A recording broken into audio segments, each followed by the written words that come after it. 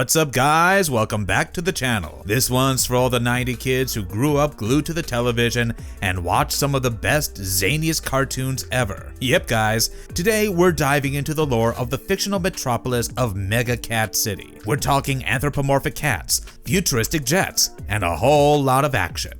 Get ready to go down the history of SWAT Kats, the Radical Squadron.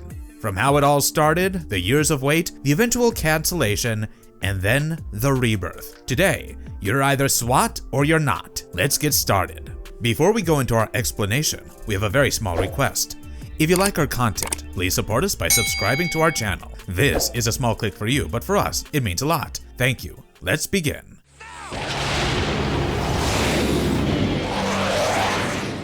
Okay, so SWAT Kats was a Hanna-Barbera cartoon that had a total of 25 episodes, plus a little extra surprise across 2 seasons that aired from 1993 to 1995. I'm sure a lot of you remember all those Sunday mornings co-opting the remote and switching on the TV, only to sit and watch Jack Razor Clawson and Chance T-Bone Furlong take on some crazy villains, particularly the evil mastermind, Dark Cat. But how did this cartoon come to life? Well, the story actually began many years before the show actually aired on TV, and it was all thanks to 2 brothers, Christian and Yvonne Tremblay, self-taught artists from Montreal. For years, they lived in their parents' basement and taught themselves everything there is to know about art, animation, and cartoon creation. I can just imagine all the late nights they must have pulled eating pizza and guzzling down energy drinks. They started fleshing out the concepts for SWAT Kats, from developing the world of Megakat City to its heroes, its villains like Dark Cat, Dr. Viper, the Metallic Cats, and even its tech. And suddenly they had this whole idea on their hands with our 2 jet pilot protagonists who were thrown out of the Enforcer ranks, and how they had this jet that could put S.W.A.T and even Tony Stark to shame. What next? Then they started looking up studios and magazines that they could pitch their idea to, and best believe it took them like 5 years to finally sell it to none other than Hanna-Barbera, who actually wanted quite a few changes. Chuck and Yeager were changed to T-Bone and Razor. Some of the characters they had created were dropped, while some new ones were developed, but it was all done in tandem with our OG brothers. And this wasn't your typical Hanna-Barbera cartoon. Hanna-Barbera themselves were actually experimenting with something a little edgier. Gone were the days of Yogi Bear. It was time for vigilante pilots, a serious bunch of weapons, and some damn menacing bad guys.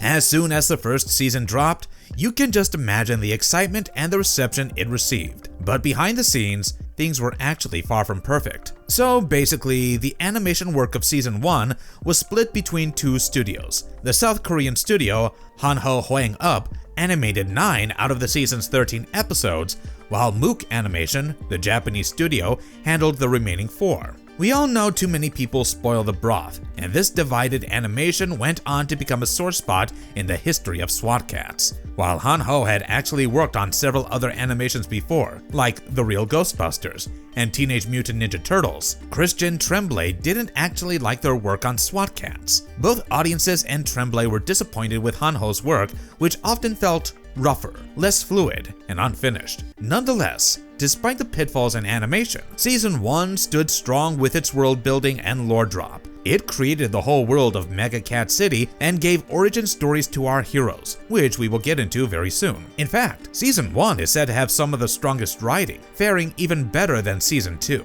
It all started when the heroes, ex-Enforcer pilots Chance Furlong and Jake Clawson, living as mechanics after being kicked out of the Force. Why did they get kicked out of the Force, you ask?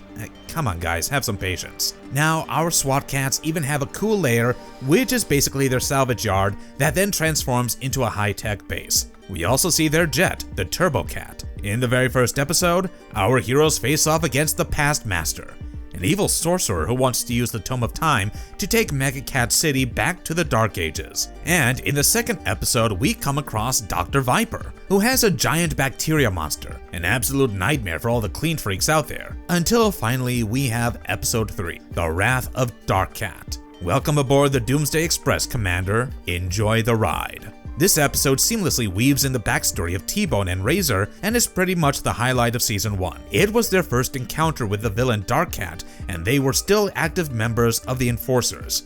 Dark Cat was about to attack Enforcer headquarters, and Jake and Chance were hot on his heels, having already disabled his weapons. Nothing could have stopped them from taking down Dark Cat until Commander Farrell, basically their boss, the big dog, ordered them to stand down. A WTF moment, I know. Of course, the cats refused to listen, and Farrell chooses violence. He struck their jet and destroyed one of its wings so that they had to evacuate, and the jet went tumbling down, crashing into the Enforcers' headquarters. And Farrell blamed it all on them, duh, kicking them out of the Enforcers and forcing them to work at the junkyard.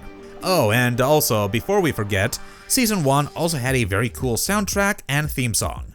Composers Matthew Muhoberic, John Zucker, Randall Chrisman, and Nick Brown built the soundtrack, taking inspiration from Queen and the 1980 Flash Gordon soundtrack. So overall, Season 1 did really well, and despite the lack of marketing, it was shining in ratings. Then came Season 2, and things changed big time. The producers shifted almost entirely to Mook animation, and the difference was massive. They gave the show a more anime-inspired look with a darker, more angular aesthetic and more fluid animation. In fact, they even created a new opening sequence for the brand new theme song. This new theme song, composed by John Zucker, was less Queen and more AC/DC. It had an intense electric guitar and heavy drum beats, which really captured the edgier, darker, cooler vibe that they wanted for the season. They also introduced Lieutenant Felina Farrell, niece of Commander Farrell, because someone clearly realized that the Enforcers needed at least one character with common sense, and she was very unlike her uncle. Not only did she trust and respect the SWAT Kats,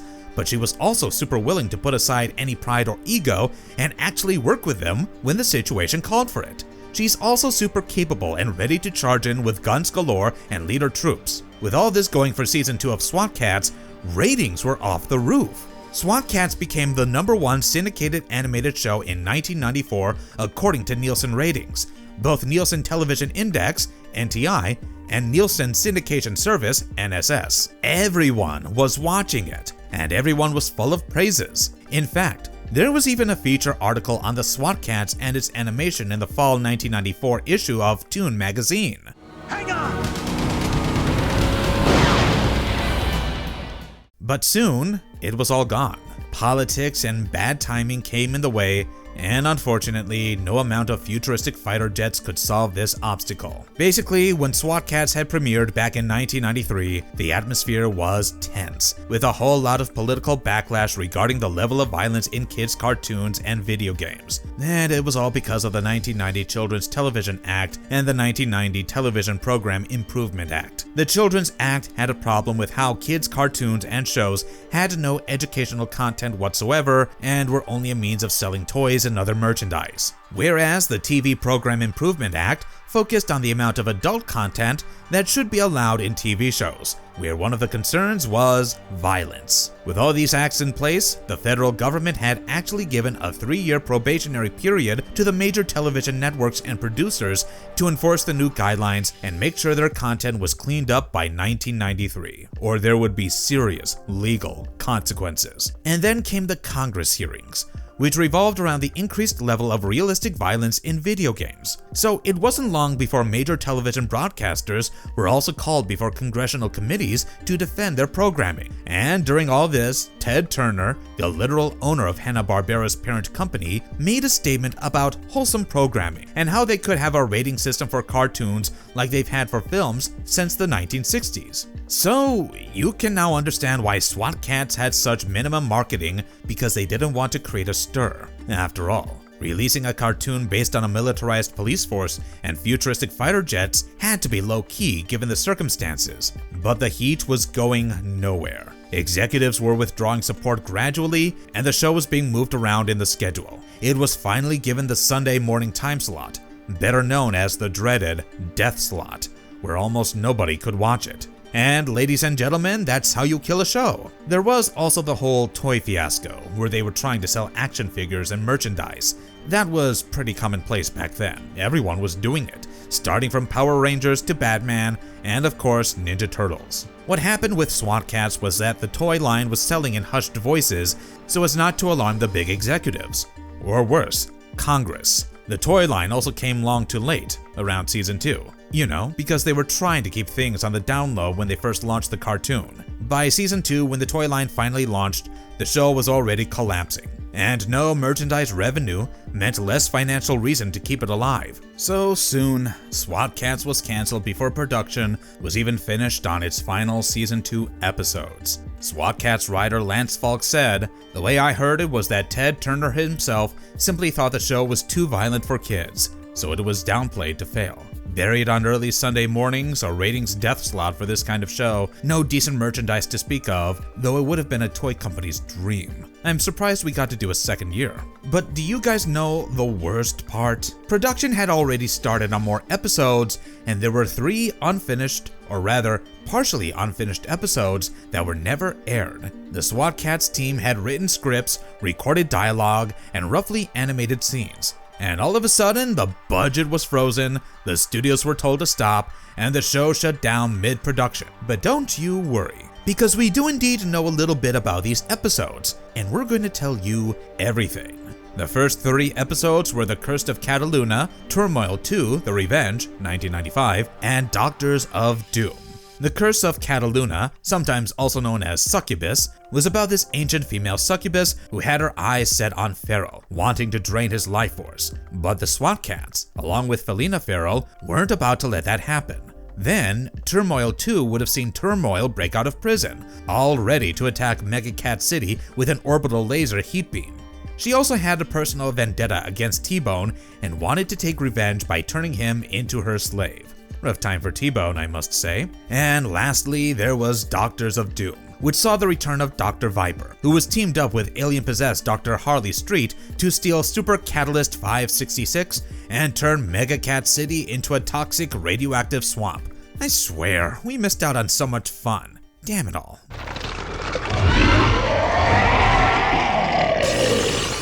Fans definitely weren't taking it well. Like, at all. They even emailed and reached out to the Tremblay brothers every which way possible, asking for more SWAT Kats. It had such a cult following that fans weren't about to let its legacy die. Soon, people started uploading grainy VHS recordings, sharing fan art, building fan sites, and hosting forums. One of the biggest communities was SWATkats.info, which kept track of interviews, lost episodes, concept designs, and everything fans could get their paws on. In fact, for the longest time, SWAT Kats wasn't even available on DVD. It took about 20 years before Warner Archive finally released an official DVD set in 2012. But, all was not lost. Quite the opposite, actually. There was something crazy coming our way. The Tremblay brothers announced a Kickstarter campaign in 2015 to revive the show, not as a watered-down reboot or something, but a full-on comeback. And holy shit, did fans respond to that battle cry?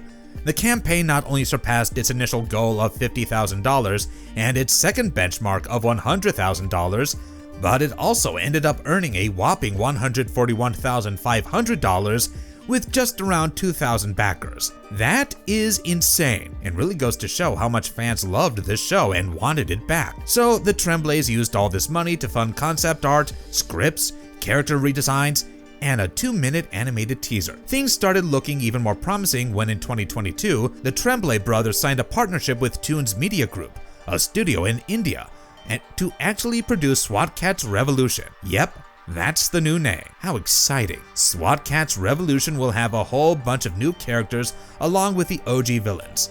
Kristen Tremblay said, "While SWAT Kat Revolution is a new series, the DNA of what made it successful will remain. The character relationships, the smart and witty writing, the action, the imaginative stories, and the bigger-than-life villains will evermore be present.